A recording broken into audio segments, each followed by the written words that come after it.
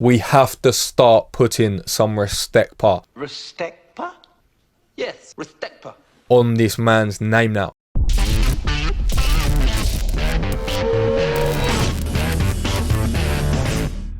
Jake Paul has caught a lot of people out in his trap and they don't even realise yet. And I'm going to say a few things that people aren't going to like to hear, but hear me out. Number one, I think he's actually quite good for boxing. And number two, I think he actually might be a decent human being. And also I'm going to have a look at who I think he should fight next, because I've heard a few exciting names this week. Some names that I got more excited than I should have. But before we look at that, you know what to do. Hit a like, subscribe and the little bell icon to stay up to date with the content. And if you don't know what I bring you here on Casuals Corner, interviews with fighters, fight breakdowns and daily MMA shorts. Very much appreciate the engagement. People have been caught in the trap. They don't realise they've been caught in the Jake Paul trap, but they've been caught in the trap. He deals in the world of attention. It's attention. It has definitely caught my attention. I'm paying very close attention. Has really caught my attention, but that would have caught my attention. And Marco Polo caught my attention. That is his currency, quite literally. In 2021, if you have attention, you have money. If you can bring attention to your TikTok, you can gain money through the creator fund. If you can bring attention to your YouTube, you can get paid through advertisements and you can leverage your brand. So it doesn't matter what he's doing. He just wants you to be speaking about him. And if he goes around being respectful, saying very bland things, to be honest, in the media, how many people are going to be speaking of him? Not a lot. How many people are going to be sending out tweets and hate messages and Instagram reels and YouTube shorts when this man walks out in a robber's outfit with a balaclava, with a belt over his shoulder that has a Hermes bag and 4 Rolexes built into it? A lot of people are going to be speaking about that, and this is his whole thing. Now, I was one of them people before. I said, I can't be dealing with this donut. He's saying X, Y, Z. He's another clown. He's another outlandish person in social media that I don't need to be a part of. But I said, you know what, Will, last year you made a commitment to yourself. New Year's resolution. I said, be less judgmental. So I said, it potentially could be a facade. It could just be a personality, whatever it may be. So I had a look into him. I had a look at some interviews, some more candid takes of him. And I concluded that, yes, it is very easy to not be a fan of this person given 10, 15, 20-second clips that you see of him on TikTok and Instagram and YouTube. But I'm not saying you need to like him. You have to respect what he's doing, not only for the sport, but as an entrepreneur in total. He's a professional. A lot of people have a conversation around him and boxing and all of this, but he is a professional boxer and therefore has to train and does train as a professional boxer. Now, I've seen a few caveats to that where people have said, he's just doing it for the cameras. Well, he could be. But even if he was doing this hard work for the cameras, he's still doing the hard work. So that one always makes me laugh a little bit. As I was saying, he's still a professional boxer. He has to still run the miles of a professional boxer, put the rounds in, put the push-ups in. I've seen him in his weight sessions, pushing the pace, pushing the tempo, pushing his conditioning. He still has to do those things, and he does. He comes from a collegiate wrestling background, and if nothing else, if you are a wrestler, you are a hard worker. That is a cold hard fact, and he does the same in business. I refer to him as an entrepreneur, and this is the bit that's crazy. I didn't realize before how much younger generations idolize people like YouTubers. Let me tell you a story. When I was in sixth form and I was in a holiday camp, I was the head leader. I had to lead all the activities and whatnot. It was lunchtime, so I had to organize all the kids' things, and I had 30 children on there, and they all threw their packed lunchbox in the corner. Nothing really has developed or changed when I was in primary school. I would have thought some form of, I don't know, nothing has changed in the world of packed lunch. There is still a corner with 30 packed lunchboxes. Irrelevant. My point being, the people that they have on the lunchboxes now, back in my day, you would have your classics, your Ronaldos, your Rooneys, your David Beckhams. You'd have maybe match attacks or cartoons and whatever it was at that time. You certainly didn't have YouTube personalities, and it was when the penny dropped really that I didn't quite realize the influence that people like Jake Paul have on a younger generation. Now, yes, of course, you can look at it from the perspective of he says this and does this. I don't want my kids seeing that. I understand that, and I'm not saying the likes of people like Colby and and Conor McGregor and Jake Paul, your kids should go away and study every word that comes out their mouth, because like I said, they deal in attention. You're not going to get that attention if you come out not saying anything and being respectful and not saying provocative things. And that's exactly what they do. Sometimes a little bit more dramatized, sometimes extremely dramatized, but you get my point. But if you have a look at the infrastructure of how they gain their success, how they gain their wealth, how they gain their multiple levels of revenue, all the fundamentals are there for a younger population. And not only does he put the blueprint out there for children when having a look at things like accumulating generational wealth, if you have a look at it from the actual boxing perspective, where boxing is dying out as a sport, nothing about the sport itself, and that's why a lot of people love the sport of boxing, but they haven't contextualized the industry. The infrastructure of the sport is set up wrong, and they don't address key demographics.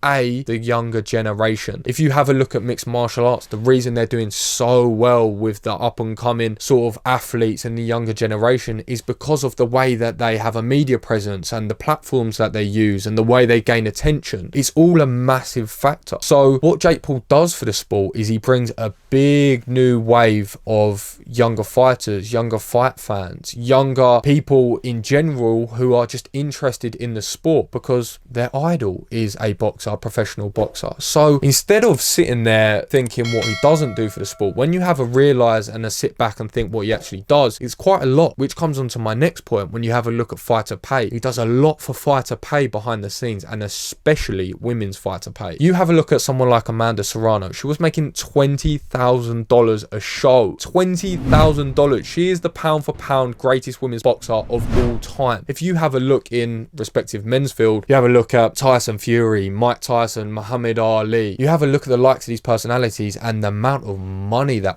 they were making. And now she's making $500,000 as the co-main on a Jake Paul undercard. It does a lot, not only for their paychecks, but their brand, which again ties into how much money they can make, because this is my next point. The way that people can leverage their brand using someone like Jake Paul in boxing is crazy. Why do you think Tommy Fury fought in his undercard? If you look at a local boy, Daniel Dubois, I was so happy when I saw him on that fight card because I knew it came with one thing: attention, an audience. So now not only are these fighters getting bigger paychecks, they're also gaining more leverage for their own brands. And now they also have the opportunity to share their personality and share their charisma online and grow and establish a brand and an audience, because that's something that boxing doesn't do very well. You have a look at the big dogs in the game. Yeah, of course, you know of the Canelos and the Tyson Furies, but for the average fan, they don't know a lot more of that. So it's definitely important for boxers, even on the roster at the moment, as well as new boxers coming into the scene. So I think a lot of people in the scene will actually appreciate that when they're having a look at how much money people are making on those cards, thinking, yeah, I wouldn't mind rocking the mic after a naughty little knockout win on a Jake Paul undercard, because people are going to see that. People are going to watch that. And if nothing else, everyone in that stadium has their phones on recording constantly anyway. So if you do something big, if you say something crazy, outlandish on the mic, make a call out, whatever it is, a lot of people are going to see that. But the big question, who does he fight next? Where does he go from here? Who's the next stepping stone? Who's the next challenge? Because of course, with every person that says, yeah, actually, he knocked out Tyron Woodley, who hasn't been knocked out since 2012, pretty spectacularly, you'll get the next person who says he hasn't fought a real boxer yet. Oh, how many times do I read that on my thing? And I understand the point, I get it, but it's getting weaker, the argument. And you also have to realize, like I said, when he's calling out the likes of Canelo, he is not someone who's going into his boxing gym and sparring with professionals and going home and sitting down with his brother and saying, you know what, I reckon I've got Canelo and I reckon you've definitely got Mayweather, I reckon we can do it. Of course they're not. Of course they're not. He knows his level. He knows where he can sort of flirt and test the waters. That's why I think Tommy Fury actually wasn't a bad idea in the first place, because you have a look at his standard in his last fight on his undercard, didn't wildly impress me if you have a look at the lineage of family he's from. So he's picked very carefully. Ben Askren, then it was actually a big challenge in Tyron Woodley, but still, again, pick someone very wisely. If you're familiar with Tyron Woodley, you know that he's a little bit gun shy and he's been a bit tentative like that for years. So it was actually a very smart decision. So does he go out and fight Tommy Fury? I think so, because if he goes out and fights Anderson Silva, this is a very, very different different proposition. And now we're talking the upper echelon of strikers we've ever seen in mixed martial arts. All respect to Tyron Woodley, but he was never that, and he was never painted as that. Better striking, knockout power, yes. An incredible striking artist, no. But Anderson Silva is exactly that, and I've heard rumours of this on the social media grapevine this morning, and it got me excited, I will not lie. But he doesn't want that, and I don't think he should take that. I think that's too soon for him to take that. We've seen Anderson Silva recently, and he looked pretty bloody good. And we've seen Jake Paul recently, and all respect to what he's done, all respect to the fact that he's fighting higher competition than a majority of professional boxers, 4-0, 5-0 in their professional career, in front of 18,000 sellout crowds, in front of millions of audiences, whilst he's also documenting it and saying he's going to do X, Y, and Z. Who's fighting 5-time world champions, even though it's from the UFC, world champions in a combat sport, in their 4th professional fight in boxing? Not a lot of people. So I don't think he takes that Anderson Silva fight, but I do think he's eyeing up a little Nate Diaz matchup. I know Nate Diaz, throughout his entirety of his career, has been all about the biggest paycheck, the fight that makes the most sense at the end of the day, the fight that makes the most sense. And even though they extended his contract, I think he's going to eye up a fight with Dustin Poirier in the newish year. I think they get that done and dusted, and then I think Jake Paul and Nate Diaz matches up perfectly. I may even throw it out there, I think Dana White will get a few quid from the whole deal, similar to the Conor vibe. I feel like Nate Diaz and Jake Paul will definitely happen, and then the timelines match up quite nicely, because Jake Paul wants a little bit of a rest. Nate Diaz fights in April time or February time, March time, something like that. Then a few months after that for the promotion and the actual fight. We're looking at about 8 months. Perfect. So I think even though that's the fight to maybe make, I think he goes down the Tommy Fury fight, just because of the actual caliber of fighter and because there's still a lot of intrigue there. But anyway, let me know your thoughts. Let me know what you think about the whole situation, and let me know where you stand on Jake Paul, because like I said, there's going to be a lot of people that are still watching this and thinking, yeah, I still hate him. But I guess I just understand, and I completely get that it's a facade, and I try and look past the stupid stuff that he says, but sometimes it's quite difficult. But anyway, drop me a like, subscribe, and the little bell icon to stay up to date with the content. Appreciate the engagement, and I hope you like the new setup. I went away and I spent about 2 days solid having a look at lighting setups and positionings and placements. I've got literally about 6 lights shining on me right now. I've got 180 subscribers, and I was thinking, we're growing a little bit now. I've got to up my game. I'm getting to a stage where I'm a pretty big deal. So Swiss cheese plant, got some boxing gloves there, some luminous lights, even a new camera. So yeah, let me know what you think, and as always, take care of yourselves, enjoy your Christmas holidays. Peace.